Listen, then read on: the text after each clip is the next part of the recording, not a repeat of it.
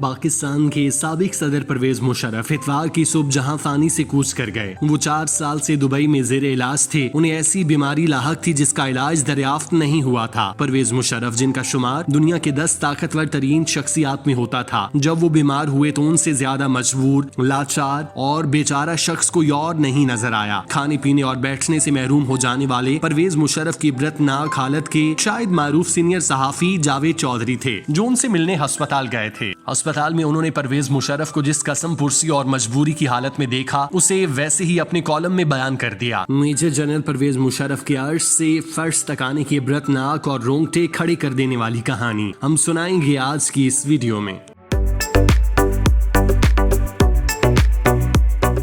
General बोल नहीं सकता, नर्स ने मुस्कुराकर जवाब दिया और मुलाकाती हैरत से बेड की तरफ देखने लगा। सामने बेड पर हड्डियों का ढांचा रखा हुआ था, आंखें अंदर को धंसी हुई थीं, रंग पीला जर्द था, पूरे जिस्म की जेल लटक रही थी, बाल उलझे हुए और गंदे थे, स्याह होंठों पर पपड़ियां जमी हुई थीं। वो ढांचा किसी भी तरह जनरल परवेज मुशर्रफ दिखाई नहीं देता था। आंखों की चमक मांद पड़ चुकी थी, लहजे की खनक और चेहरे का एतमाद दम तोड़ चुका था और कसरती जिस्म को बिछड़े हुए सदियां गुजर चुकी थीं। अब वो आईसीयू के एक वीवीआईपी मरीज के सिवा कुछ नहीं थे। मुलाकाती के तखय्युल को झटका लगा। उसने आंखें साफ की और टिकटिकी बांध कर देखती आंखों को सलाम करके बाहर आ गया, लेकिन दरवाजा बंद होने से पहले उसने नर्स की दूसरी सरगोशी सुन ली। बेचारा जनरल उठ बैठ और खा पी भी नहीं सकता। मैं जनरल परवेज मुशर्रफ के उरूजो जवाल का ऐनी शाहिद हूँ। वालिद सैयद मुशर्रफुद्दीन वजारत खारजा में काम करते थे और वालिदा बेगम जरीन मुशर्रफ स्कूल टीचर थीं। परवेज मुशर्रफ अपने दोनों भाइयों के मुकाबले में नालायक थे, लेकिन किस्मत की देवी सिर्फ उन पर आशिक थी। ये कमजोर जिस्म और छोटे कद के बावजूद फौज में भर्ती हो गए और नशेबो फराज से गुजरकर लेफ्टिनेंट जनरल बन गए। उनकी प्रमोशन में मौलाना फजलुर रहमान और बेनजीर भुट्टो ने अहम किरदार अदा किया। जनरल मुशर्रफ ने 1993 में वॉशिंगटन में बेनजीर भुट्टो की इसराइली एजेंसी मोसाद के अहम ऑफिसर और इसराइली वजीर आजम के एलची से मुलाकात कराई थी। शौकत अजीज से उनकी पहली मुलाकात भी 1993 में वॉशिंगटन में पाकिस्तानी सिफारत खाने में हुई थी। वो उस वक्त सिटी बैंक में काम करते थे। दोनों ने एक दूसरे का मुस्तकबिल भांप लिया और दोनों दोस्त बन गए। ये 1995 में कोर कमांडर मंगला तैनात हो गए और उनका ख्याल था कि ये यहाँ से रिटायर्ड हो जाएंगे। 1998 में उन्होंने अपना सामान भी पैक कर लिया और रिटायरमेंट के बाद अपना ठिकाना भी तलाश कर रहे थे, लेकिन फिर अचानक किस्मत की देवी उन पर मजीद मेहरबान हुई और मियां नवाज शरीफ ने सीनियर जनरल्स को मुस्तरद करके जनरल परवेज मुशर्रफ को 7वां आर्मी चीफ बना दिया। चौधरी निसार अली खान ने इस तकर्री में अहम किरदार अदा किया था। उनका ख्याल था जनरल मुशर्रफ की जड़ें नहीं, ये नून लीग की हुकूमत को भी डिस्टर्ब नहीं करेंगे और इंडिया और पाकिस्तान के ताल्लुकात के रास्ते में रुकावट भी खड़ी नहीं करेंगे। लेकिन आप किस्मत का हेर फेर देखें, जनरल मुशर्रफ ने कारगिल पर कब्जा भी किया, इंडिया और पाकिस्तान के ताल्लुकात को भी रिवर्स गियर लगाया, नून लीग की 2/3 अक्सरियत भी लपेट दी,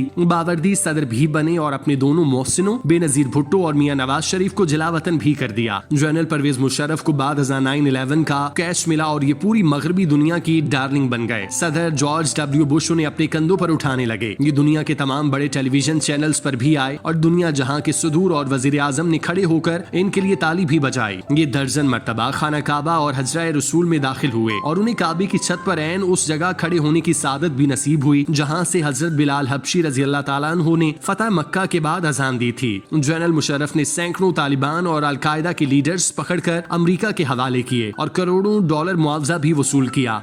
ये मुल्क के अंदर भी बादशाह घर थे। मेजर जनरल एहतशाम जमीर ने उनके लिए काफ लीग भी बनाई और पीपल्स पार्टी के बटन से पैट्रियट भी निकाली। जनरल मुशर्रफ अपने दौर में इस कदर तगड़े थे कि अगर चीफ जस्टिस इफ्तिखार मोहम्मद चौधरी ने भी उनके इरादों में मुजाहमत करने की गलती की तो जनरल ने उनकी गाड़ी से झंडा भी उतरवा दिया। उन्हें आर्मी चीफ हाउस से माजूल करके घर वापस भी भिजवाया। अगर जामिया हफ्सा खाली कराने के लिए फौजी ऑपरेशन करना पड़ा तो जनरल मुशर्रफ वो भी कर गुजरे और अगर माजूर चीफ जस्टिस ने कराची में कदम रखा तो जनरल ने MQM की मदद से शहर में आग भी लगवा दी और 50 लोग भी मरवा दिए। ये तकब्बुर, ये गलतियां और ये अथॉरिटी बहरहाल जनरल परवेज मुशर्रफ के जवाल की वजह बनी। बेनजीर भुट्टो अमेरिका की मदद से वापस आईं, पीपल्स पार्टी की हुकूमत बनी और जनरल परवेज मुशर्रफ जलावतन होने पर मजबूर हो गए। ये 24 मार्च 2013 को वापस आए, लेकिन तवील खारी और आर्टिकल 6 का तौक लेकर 17 मार्च 2016 को दुबई वापस चले गए। जनरल राहील शरीफ ने उन्हें बाहर भिजवाने में अहम किरदार अदा किया था।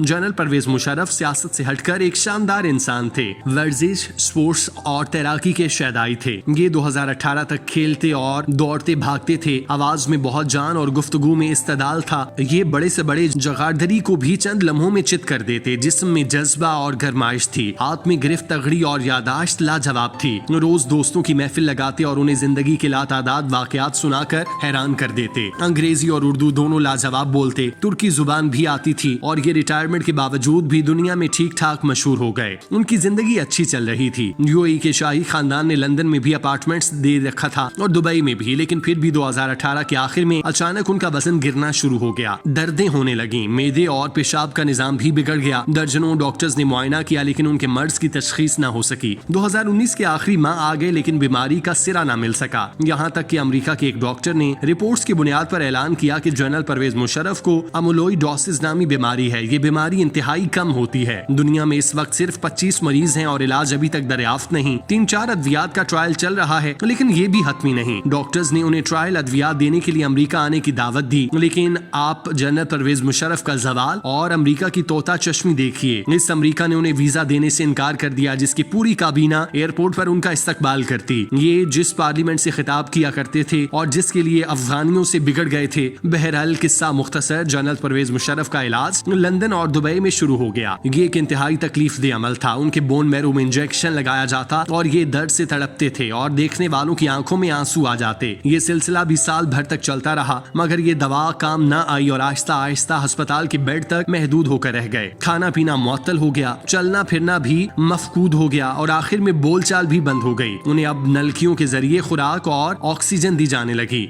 ये पाकिस्तान वापस आना चाहते थे। हुकूमत भी उन्हें लाना चाहती थी मगर सफर के काबिल नहीं थे और उन्हें जो भी इस हालत में देखता वो आंखें खुश करने लगता। जनरल मुशर्रफ के उरूज का जमाना उनकी नजरों के सामने आ जाता। बेशक खुदाई सिर्फ खुदा की कायम रहती है। लारेब हम सब महज इंसान हैं। हड्डियों, गोश्त और खून का बदबूदार मगलूबा। और बेशक हम और हमारा गुरूर, हम और हमारे ओहदे, हम और हमारा जवाल और उरूज, ये सब कुदरत के उस कारखाने के फर्श की मैल भी नहीं। हम बस सवारा दस्तक की तरह आते हैं और हवा के झोंकों की तरह चले जाते हैं। हमारे पीछे सिर्फ हमारी इबरत की कहानियां रह जाती हैं। वो भी कितनी देर, 2, 4, 5, 10 साल। इसके बाद तवील अंधेरा और ना खत्म होने वाला सुकूत होता है।